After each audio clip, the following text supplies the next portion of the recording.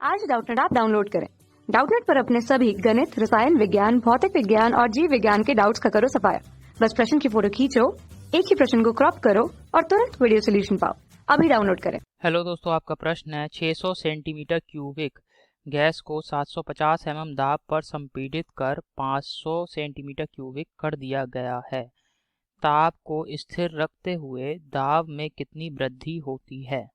तो चलिए इस प्रश्न को हल करते हैं। तो दोस्तों यहाँ पे हमें प्रश्न में क्या दे रखा है? प्रश्न में दिया है कि कोई गैस है, इसका प्रारंभिक आयतन कितना है? 600 सेंटीमीटर क्यूबिक। प्रारंभिक आयतन 600 सेंटीमीटर क्यूबिक है। अब इसका प्रारंभ में दाब कितना है? दाब P1 बराबर हमें क्या दे रखा है दोस्तों? 750 mm दाब है। 750 mm प्रारंभ में दाब है। अब दोस्तों हम क्या कर रहे हैं, ये जो गैस है ताप को तो हम स्थिर रख रहे हैं। प्रश्न में क्या कह रहा है दोस्तों? ताप को स्थिर रखना है। ताप अर्थात T, इसको हमें क्या करना है? स्थिर रखना है। इसमें कोई भी परिवर्तन नहीं हो रहा है। समझ में आया? ताप को स्थिर रखते हुए गैस को संपीड़ित कर रहे हैं। गैस को संपीड़ित करने का मतलब है गैस को दबा रहे हैं जिससे गैस का आयतन कम हो जाए। और गैस का आयतन कितना कम कर रहे हैं दोस्तों? अंतिम आयतन गैस का है 500 सेंटीमीटर क्यूबिक। ठीक है, हमसे क्या पूछ रहा है दोस्तों? ताप को स्थिर रखते हुए दाब में कितनी वृद्धि हुई होगी। अब किसी भी गैस को आप दबाएंगे तो यानी उस पर हमें दबाने के लिए अतिरिक्त दाब लगाना पड़ेगा। तो कितना अतिरिक्त दाब लगाना पड़ा, अर्थात दाब में कितनी वृद्धि हो गई, यही दोस्तों हमसे पूछ रहा है।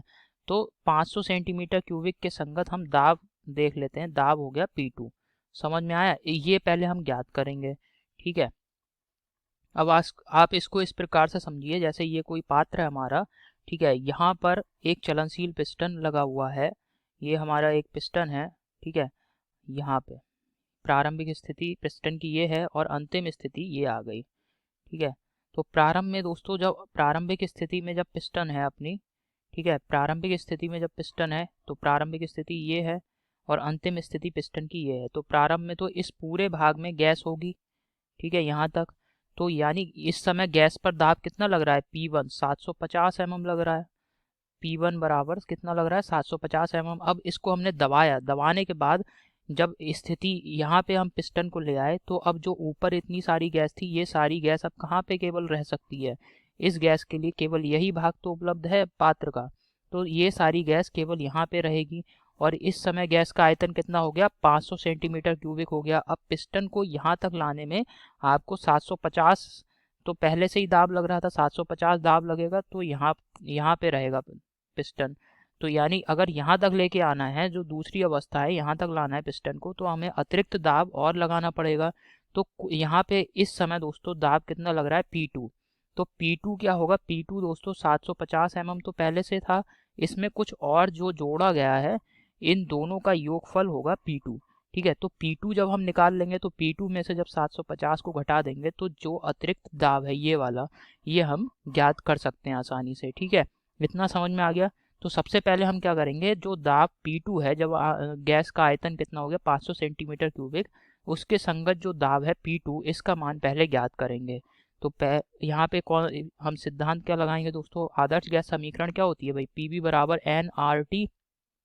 ठीक है, तो यहाँ पे आप देख रहे हैं परिवर्तन कहाँ कहाँ हो रहा है? दाब ये बदल रहा है दोस्तों, दाब में परिवर्तन हो रहा है, गैस के आयतन में परिवर्तन हो रहा है। ठीक है, आयतन 600 से 500 हो गया। गैस के मोलों की संख्या में क्या परिवर्तन हो रहा है? मोलों की संख्या आप ये समझिए, जब गैस अपनी प्रारंभिक स्थिति में तो 10 मोल गैस है। ठीक है, अब अगर गैस को आप दबा देंगे, पिस्टन को यहाँ पे ले आएंगे, तो क्या गैस के मोलों की संख्या में कोई परिवर्तन होगा? क्या गैस की मात्रा घटेगी या बढ़ेगी? गैस की मात्रा में कोई परिवर्तन नहीं हो रहा है। जितनी गैस प्रारंभिक अवस्था में थी उतनी गैस दूसरी अवस्था में भी है, यानी गैस के मोलों की संख्या नियत रहेगी। अब R क्या है? गैस नियतांक है, तो ये भी दोस्तों नियत रहेगा। R गैस नियतांक है, ये भी नियत रहेगा। ठीक है, और T दोस्तों ये तापमान है। प्रश्न में हमसे क्या कह रहा है? मान लीजिए कि तापमान स्थिर हो, यानी ये जो पूरा पद है nRT, ये पूरा पद एक नियतांक है यहाँ पर। ठीक है, ये पूरा पद यहाँ पे क्या है? नियत है, इसमें कोई परिवर्तन नहीं होगा। तो इसका मतलब क्या हो गया कि हम क्या लगा सकते हैं? PV बराबर नियतांक। तो यहाँ पे क्या लगाएंगे हम? P1 B1 बराबर P2 B2। तो हम क्या लगा देंगे यहाँ पे अब दोस्तों? P1 B1 बराबर P2 B2। हमें ज्ञात क्या करना है दोस्तों? अभी प्रारंभ में हम क्या ज्ञात करना चाह रहे हैं? P2। तो P2 बराबर क्या आ जाएगा, P1 B1 बटे B2। अब सभी मान यहाँ पे लगा देंगे तो P1 का मान कितना है दोस्तों 750 गुणा B1 का मान कितना है दोस्तों, B1 का मान 600, B1 का मान है 600 और B2 का मान कितना है दोस्तों 500, B2 का मान कितना है 500। तो इसे हल करेंगे अब।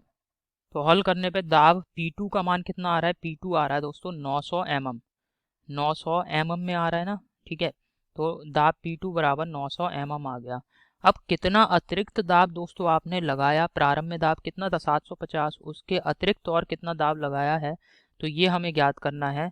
तो अतिरिक्त दाब या दाब में वृद्धि, तो दाब में वृद्धि दोस्तों कैसे याद कर लेंगे, दाब में कितनी वृद्धि हुई P2 माइनस P1, इससे हमें पता लग जाएगा कितनी वृद्धि हो रही है।